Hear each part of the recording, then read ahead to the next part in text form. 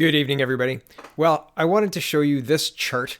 This chart shows the deficits and balance, the 2015 Liberal platform promises versus actual numbers. So the black is the platform promise and the red is the actual number. So in 2016 and up to 2018, they were going to be running modest deficits of $10 billion each year. And what really happened was they ran a $20 billion deficit each year.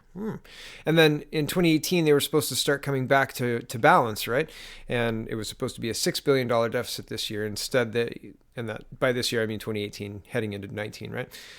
Instead, they posted an $18 billion deficit. And then going into fiscal 2019, 2020, you see return to the surplus the Harper government left them with in the projection, and in reality you see a $20 billion deficit. So it is quite the stark contrast between what was promised and what was delivered by Justin Trudeau. But to listen to him speak, you would think that he gave us exactly what we wanted and not enough immigrants or something. I don't know. That's his current, or has been his phrase for the last few years, that the only thing he's heard about Canadians being upset about is there's not enough immigrants. Yeah, sure. CBC reporting, the military experts suggest Canada may want to consider its own Space Force. Department of National Defence says space-based capabilities have become essential to Canada's operations at home and abroad. President Donald Trump's push to create a U.S. Space Force is being welcomed by military experts in Canada. And the executive director of one defense think tank says Canada should consider following suit. Quote, at some point, we might like to think about a Space Force. Matthew Overton, executive director of the Conference of Defense Associations Institute, said in an interview, thinking about space as a separate entity in itself that deserves attention and expertise, I think that's a good idea. But it's not something that needs to be done immediately, he said, suggesting Canada should first develop a center of excellence on space knowledge. Wait a second, weren't we a center of excellence on space arms? We had the Canadarm. That thing was cutting edge. Could you imagine floating there? Oh man, it flips my stomach just thinking about it. Space Force, I don't know.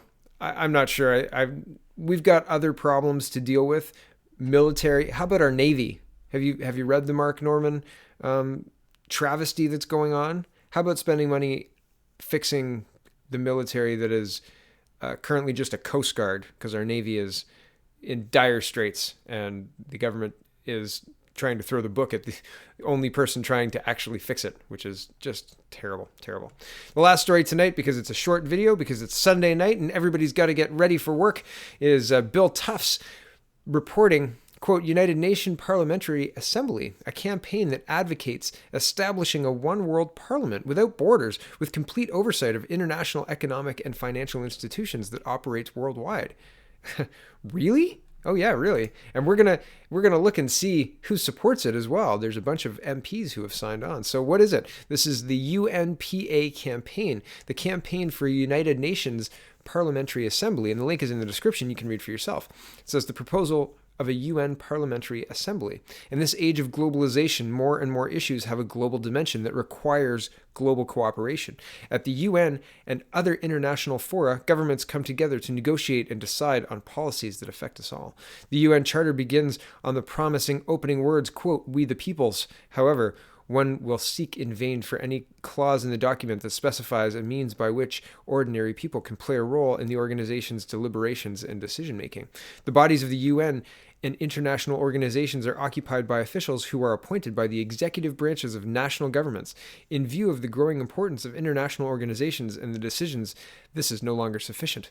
A United Nations Parliamentary Assembly, UNPA, for the first time would give popularly elected representatives a formal role in global affairs.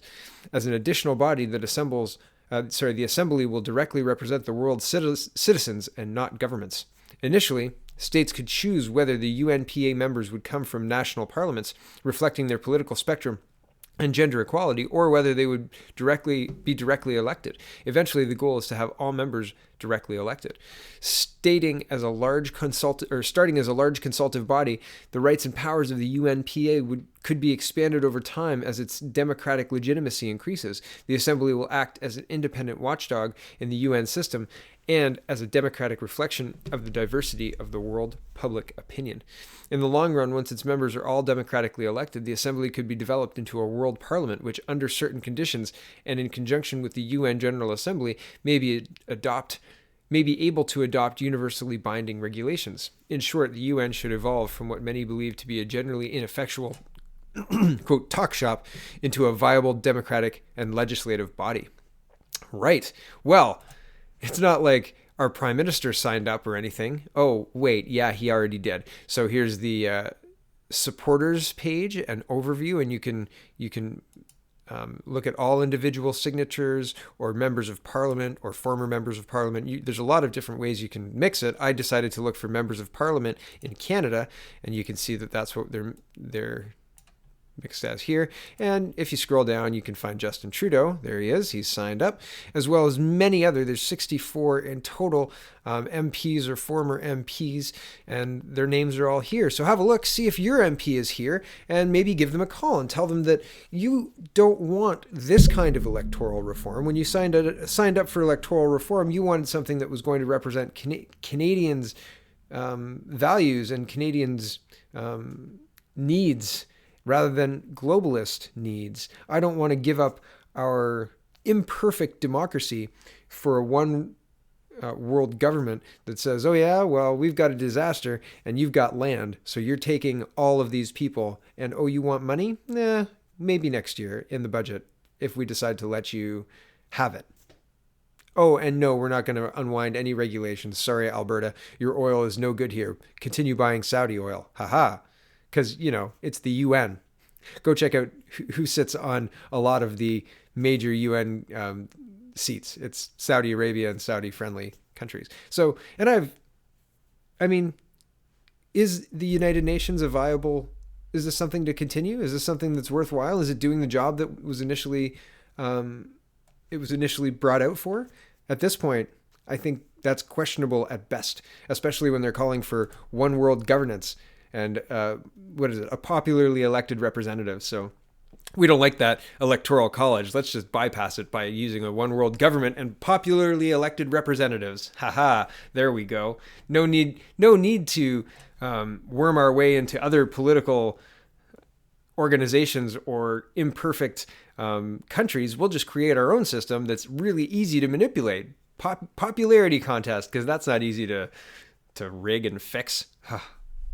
It's so blatant. It's really annoying. I personally want Canada out of the UN completely. Done. But that's just my opinion. Well, thank you for watching, dear viewer. I hope you have a wonderful Sunday night and wonderful back to the work week, back to Monday. And stay safe out there. Thanks for watching.